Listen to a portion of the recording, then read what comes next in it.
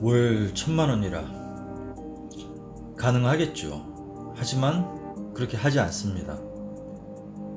예전에 좋았던 단가로는 열심히 하면 가능한 수준인데 현 상황에서는 정말 이 악물어야 합니다. 인생 자체가 일이어야 합니다. 그런데 전 그렇게는 못 살겠습니다. 솔직히요.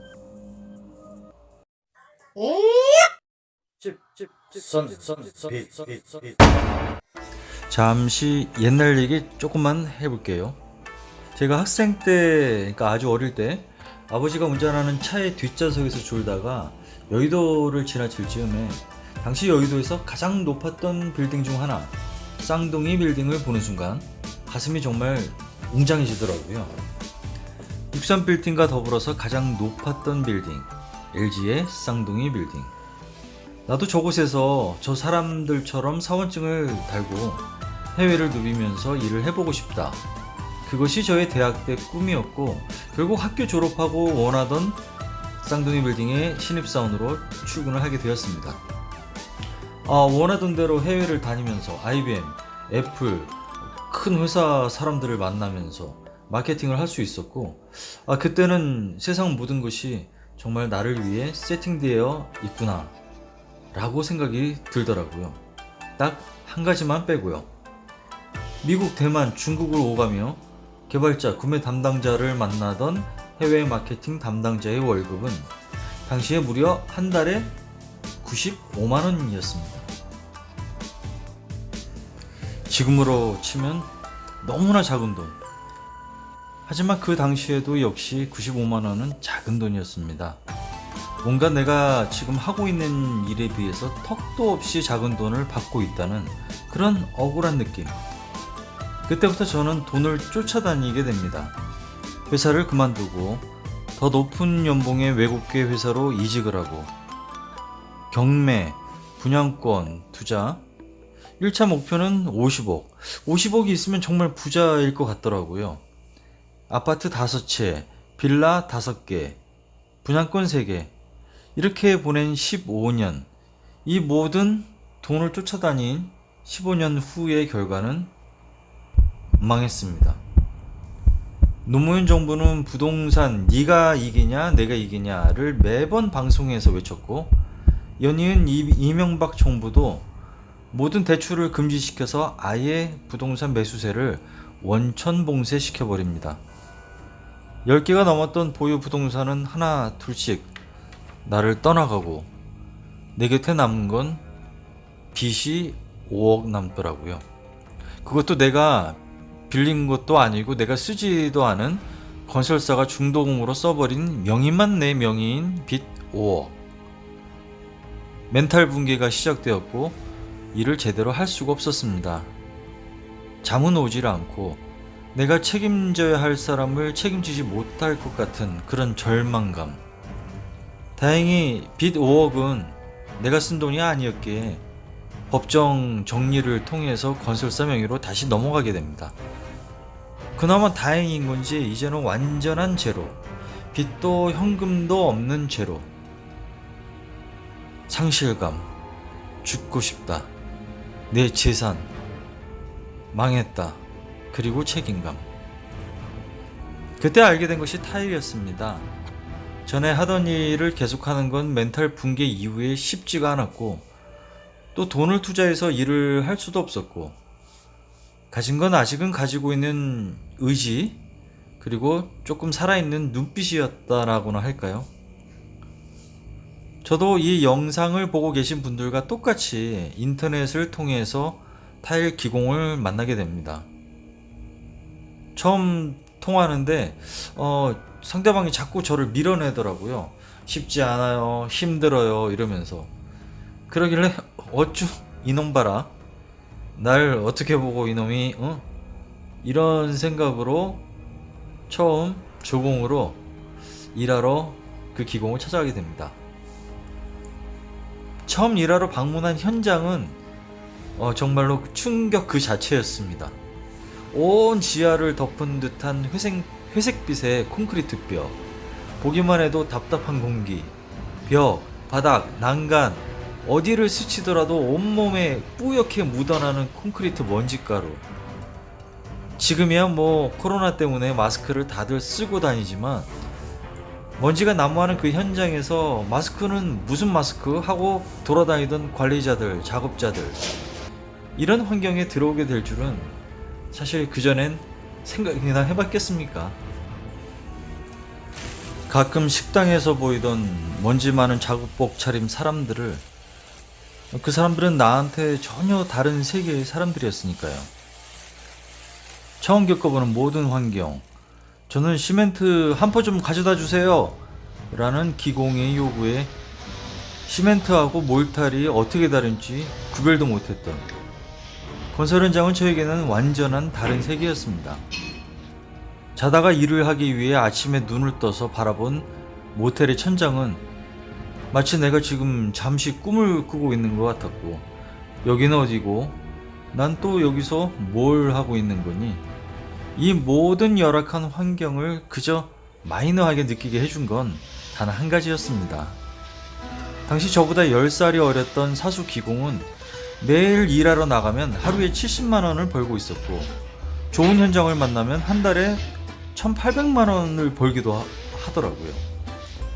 극도로 싫어하는 콘크리트 먼지, 몰타를 다룰 때 스물스물 피어오르는 몰탈의 그 가루, 하루 종일 있는 회색빛, 건축 중인 건물의 공간, 이것도 처음 겪어보는 이 세계였지만 그저 별 다른 장비도 없이 몸으로만 하루에 50에서 80만 원을 벌어들이는 이 어린 사수를 볼 때마다 이런 생각도 들더군요.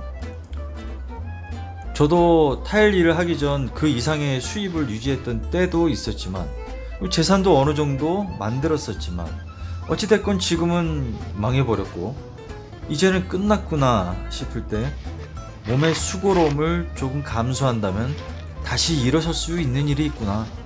와, 이건 내가 또 모르는 세계구나. 와, 한국은 아직 기회가 있는 그런 나라구나. 또 살고자 하니 길이 있구나 하는 생각이 들었습니다. 그렇게 시간이 꽤 흐른 지금, 사실 아직도 현장의 먼지, 그런 환경은 그리 내 취향은 아닙니다. 그래서 아침 7시부터 일을 시작해서 되도록 4시 이전에는 일을 정리하고 퇴근하는 패턴으로 살고 있습니다. 현장에서는 최대한 일만, 그리고 최대한 빨리 퇴근해서 또 할 게 많거든요. 운동도 해야 되고 가끔 책도 보고 유튜브를 통해서 다른 남들은 어떤 직업으로 뭐하고 먹고 사는지, 뭐하고 노는지 간접 구경도 합니다. 타일 단가는 예전에 비해 많이 떨어졌습니다. 그러나 이것은 대부분의 공정에 모두 해당하는 것 같습니다. 현 정부 들어서 신축 인허가가 거의 상대적으로 엄청나게 줄었으니까요. 아파트, 공장 모두 다요. 아마 이런 현상은 2022년까지는 계속되지 않을까 합니다. 그에 대한 반작용으로 요즘에는 기존 주택 리모델링 시장이 많이 커졌더라고요. 하지만 이런 현상이 계속되지는 않을 거라고 생각은 합니다. 모든 사람은 새롭고 깨끗한 집을 원하고 언제까지 그 수요를 누르고 있을 수는 없으니까요. 아마 다음 정부부터는 그동안 눌러왔던 신축 건설이 터져 나올 것으로 예상하고 있습니다. 물론 이 와중에도 잘 버는 사람은 잘 법니다. 조공과 같이 일하던 형태에서 이제는 집에 계시던 사모님이 조공으로 현장에 뛰쳐나오신다거나 부부팀으로 일하게 되면 그날 매출이 그날 수입이 됩니다. 예를 들어 하루 50만 원을 하시는 작업자가 조공을 따로 안 쓰는 부부팀이면 50만 원이 다 수입이 되겠죠. 남들이 하기 어려워하는 현장에서 수완 좋게 좀 스피드를 내면서 잘 시공해내면서 평균보다 높은 단가로 일하는 스타일도 있겠고, 유튜브에 많이 타이틀로 나오는 월 1,000만 원 뭐뭐 하면 가능하다 류의 그런 영상을 건설 현장에서 일하면서 타 공정의 수익까지 다 알진 못하지만 이 약물면 어느 정도 근접성까지는 지금 떨어진 단가로도 가능한 것 같습니다. 하지만 그렇게 하지 않습니다. 1000만원이란 숫자는 예전 높았던 단가로는 그저 내가 놀지 말고 열심히 하자 라고 하면 가능한 수준이었는데, 현 상황에서는 이제 이 악물어야 합니다. 인생 자체가 일이어야 합니다. 전 그렇게 못 살겠습니다. 솔직히요. 타일 관련 영상을 보다가 댓글을 읽어보면 전망에 대해 묻는 경우를 많이 보는데요. 특히 우리나라에서 마냥 장밋빛으로 바라볼 수 있는 직종이 몇 개나 있을까요? 한의사들도 힘들어하는 상황인데요. 우리는 주변에서 은행장 하시다가 은퇴 후 치킨집을 운영하시던가 대기업 사무직을 하시던 분이 나이 들어서 경비를 하더라 라는 류의 이야기를 많이 접할 수 있습니다.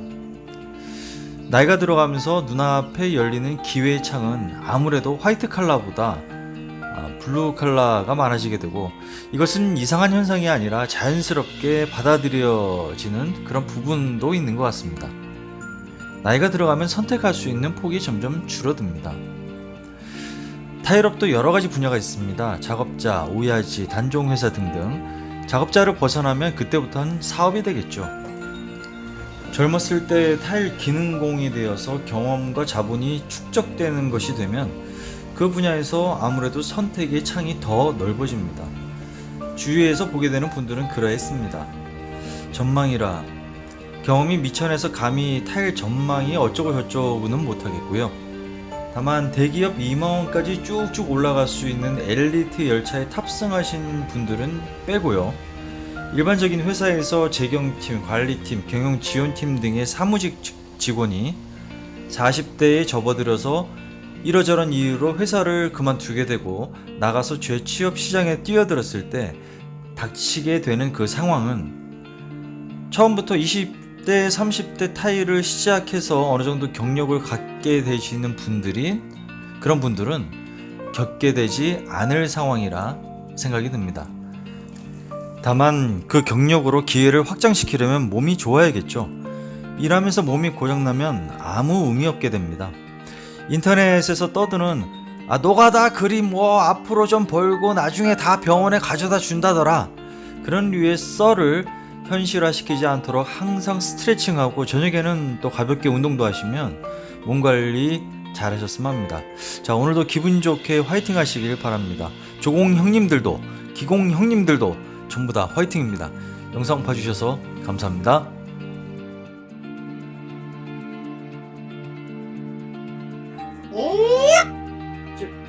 선